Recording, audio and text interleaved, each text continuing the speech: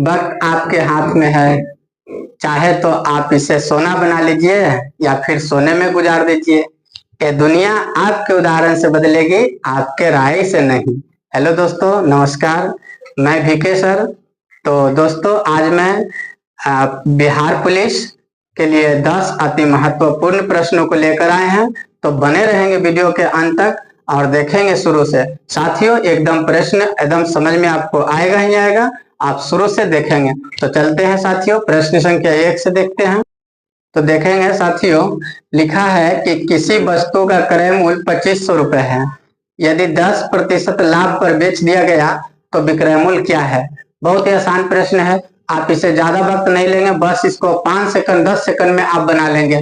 तो देखेंगे क्रय मूल्य जो है वो 2500 है और 10% लाभ, 10% क्या है दोस्तों? लाभ लेकर बेचा। तो क्रय मूल्य जो है इस 100% दे दिया है। तो 100% बराबर कितना दिया है? 2500। अब बोला है कि 10% लाभ, तो लाभ कब होगा दोस्तों? ज्यादा होगा 100 से, तो 10% अधिक लाभ। तो इसमें 10% को जोड़ दीजिए तो 110 बराबर क्या हो जाएगा? तो ये 2500 और इस शुरू वाला हमेशा क्या करेंगे? 100% नीचे आ जाएगा और 110% से गुना कर देंगे। ये परसेंट दोनों खत्म हो जाएगा, इंकार देंगे साथियों, 0 0 दोनों खत्म हो जाएगा।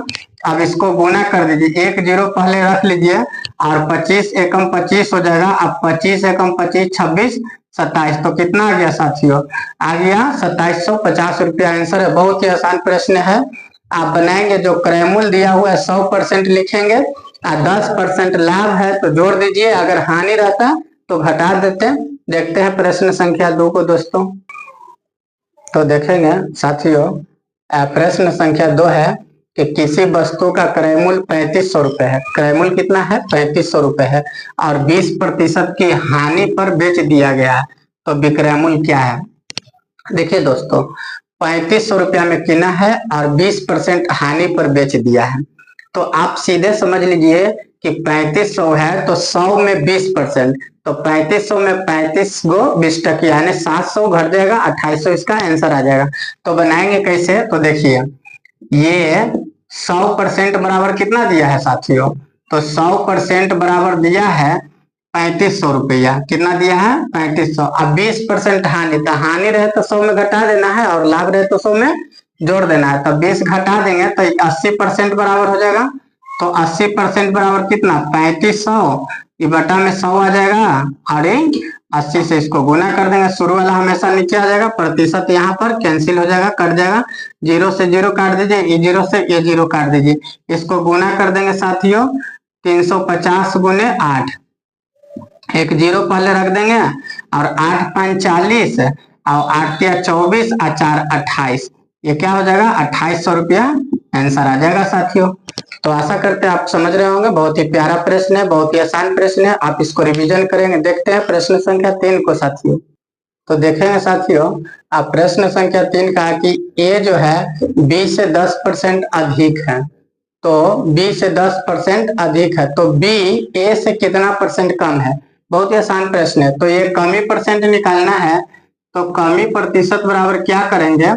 कमी प्रतिशत बराबर सूत्र है अधिक गुने 100, अधिक गुने 100 और 100 प्लस अधिक, 100 प्लस अधिक। अब देखिए अधिक कितना है? 10%, तो 10 गुने 100 और 100 प्लस अधिक, तो 100 में जोड़ देंगे तो 110 हो जाएगा। 0 से 0 कट जाएगा तो 100 बटा 11 आ जाएगा, इतना आ जाएगा, आंसर हो जाएगा। लेकिन इसको क्या करेंगे आप? फ्रैक्शन और तोड़ेंगे तो 11 9 99 और 100, इतना परसेंट हो जाएगा, आंसर हो जाएगा साथियों। बहुत ही आसान प्रश्न है। देखते हैं प्रश्न संख्या 4। तो लिखा है साथियों कि 9 माइनस 2 रूट 14 इतना का वर्गमूल निकालना है। तो देखेंगे, ये समझेंगे आप, ये जो 9 है इस 9 को ऐसा तोड़ना है कि इसका पहले फैक्टर तोड़ के देख लेते हैं। तो 7 दूना 14 हो जाएगा, तो इसको तोड़ दीजिए आप 7 प्लस 2 से। 7 प्लस 2 जोड़ेंगे तो कितना आ जाएगा? 9 आ जाएगा और 7 दूना 14। यहाँ इस प्रकार से तोड़ेंगे इसको कि जोड़े तो 9 आ जाए और गुना करे तो यहाँ वाला अंक रूट वाला आ जाना चाहिए। तो 2 रूट कितना लिखेंगे? ये 14 को लिख सकते हैं 7 गुने √2। 7 दूना क्या हो जाएगा दोस्तों?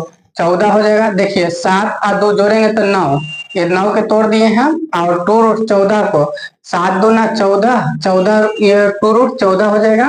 अब इसको क्या करते हैं कि 7 है तो √7 का स्क्वायर कर सकते हैं साथियों, ताकि ये स्क्वायर से रूट कर जाएगा तो 7 ही बचेगा।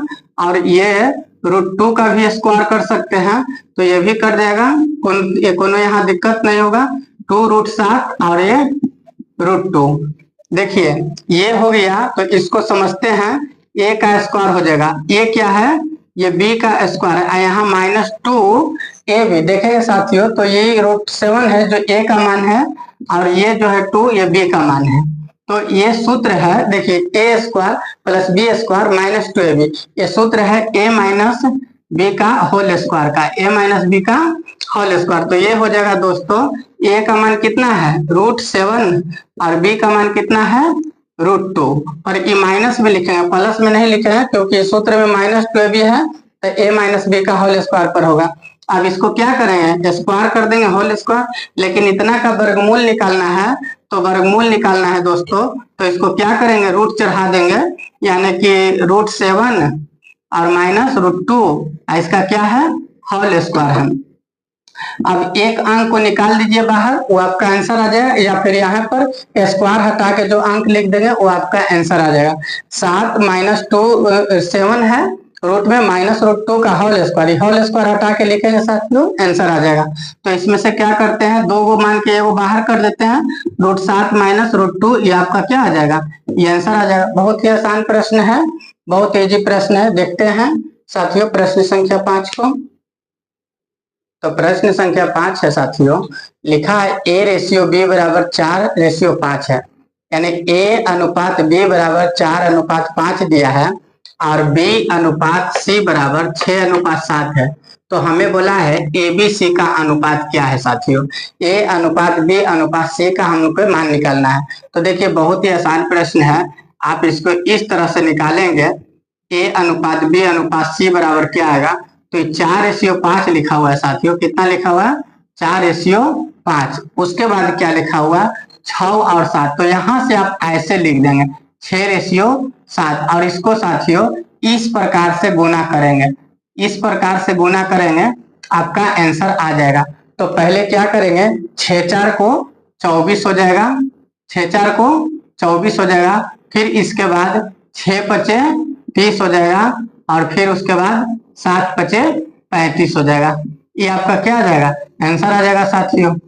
अगर ये कटने वाला होगा तो फिर इसको काट देंगे। ये हमारा आ गया a/b/c 24, 30 और 35। देखते हैं प्रश्न संख्या 6 को दोस्तों। तो साथियों प्रश्न संख्या 6 में लिखा है कि 14 सेंटीमीटर त्रिज्या वाला वृत्त का क्षेत्रफल क्या है? ये बहुत ही आसान प्रश्न है, वृत्त का क्षेत्रफल के सूत्र याद रखेंगे। आजकल ऐसा प्रश्न भी एग्जाम में पूछ रहा है साथियों।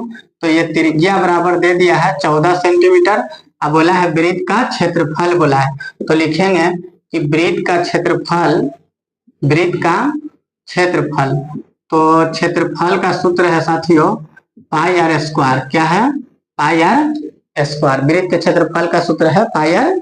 अब पाई के मान कितना है? तो पाई के मान आप याद कर लेंगे, 22/7 होता है, ये फिक्स है, या 3.14 होता है, इसको याद कर लेंगे साथियों। पाई के मान 22/7 कर लेंगे याद, या फिर पाई के मान याद कर लेंगे 3.14। ये आप दोनों ध्यान में रखेंगे साथियों।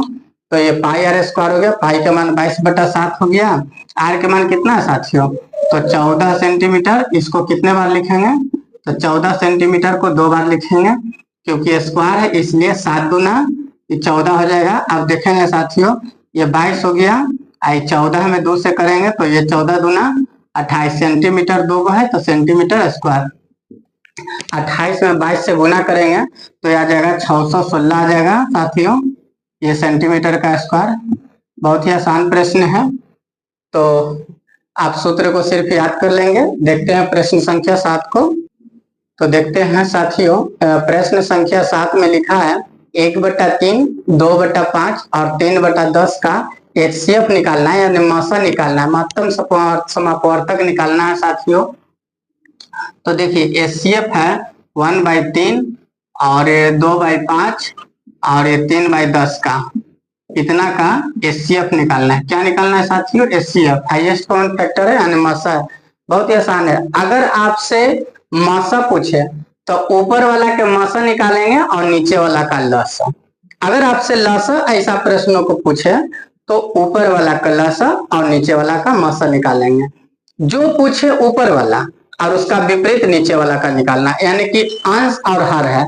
अगर मासा पूछे तो अंश का मासा और नीचे का लसा। अगर लसा पूछे तो ऊपर का लसा नीचे का मासा, उल्टा निकालना। तो देखेंगे साथियों, इतना का एचसीएफ निकालना है तो पहले ऊपर वाला का एचसीएफ निकालेंगे। तो एचसीएफ होता है 1 और 2 3 का काटने वाला अंक साथियों, तो 1 हो जाएगा। और इससे जो अंक है ये न्यूनतम संख्या कटने वाला होगा। तो 3 5 और 10 का एलसीएम ना होगा तो 3 5 15 और 15 10 कटेगा 5 से, 5 दूना 10 यानी कि 30 हो जाएगा। तो 1/30 इसका क्या हो जाएगा साथियों? आंसर आ जाएगा। बहुत ही आसान प्रश्न है। ध्यान में रखना है कि जो पूछे पहले ऊपर और उसका विपरीत नीचे लिखना है। देखते हैं प्रश्न संख्या 8 के साथ। तो प्रश्न संख्या 8 में लिखा है दोस्तों कि 2/5, 4/7 और 6/8 का एलसीएम निकालना है। अभी अभी एचसीएफ होता है, बस उसी प्रकार से आप वीडियो को रोककर बनाने का प्रयास करेंगे। तो साथियों देखिए, बहुत ही आसान प्रश्न है। तो 2/5 है, फिर उसके बाद 4/7 है, उसके बाद 6/8। इतना का क्या बोला है दोस्तों? लसा निकालना है, मतलब लघुत्तम समापवर्तक। तो क्या हो जाएगा? तो ऊपर वाला का लसा, तो ऊपर वाला का लसा निकालेंगे 2 और 4 और 6 का। तो 6 दूना 12, 4 से कट जाएगा दोस्तों। देखिए आप ओरल पकड़िएगा, कैसे निकालेंगे? इसमें सबसे बड़ा अंक कौन है? 6 है। तो छोटा अंक से पढ़ के देखेंगे। 6 2 से कट जाएगा 6, लेकिन 4 से नहीं कटेगा। तो 6 का 2 गुना करिए, 6 दूना 12, 4 से देखिए कट रहा है तो ये 12 हो गया। क्या हो गया? 12 आपका लसा हो गया। फिर विपरीत है, हर है, हर का क्या करेंगे? मासा। तो जो पूछे ऊपर और उसका विपरीत नीचे लिखना है। लसा पूछे तो ऊपर का लसा, नीचे का मासा। तो इसका मासा मतलब काटने वाला अंक। तो क्या हो जाएगा? 1 हो जाएगा। 1 से ही सब अंक कटेगा तो 12/1 होगा, मीन्स खाली 12 हो जाएगा। आंसर हो जाएगा साथियों, ये आपका करेक्ट आंसर है। तो देखते हैं प्रश्न संख्या 9 को। साथियों ये लिखा है प्रश्न संख्या 9 में, एक सम चतुर्भुज का विकर्ण जो है ये 6 सेंटीमीटर और 8 सेंटीमीटर है। तो क्षेत्रफल निकालना है। देखिए सूत्र पर बनेगा, बहुत ही आसान प्रश्न है।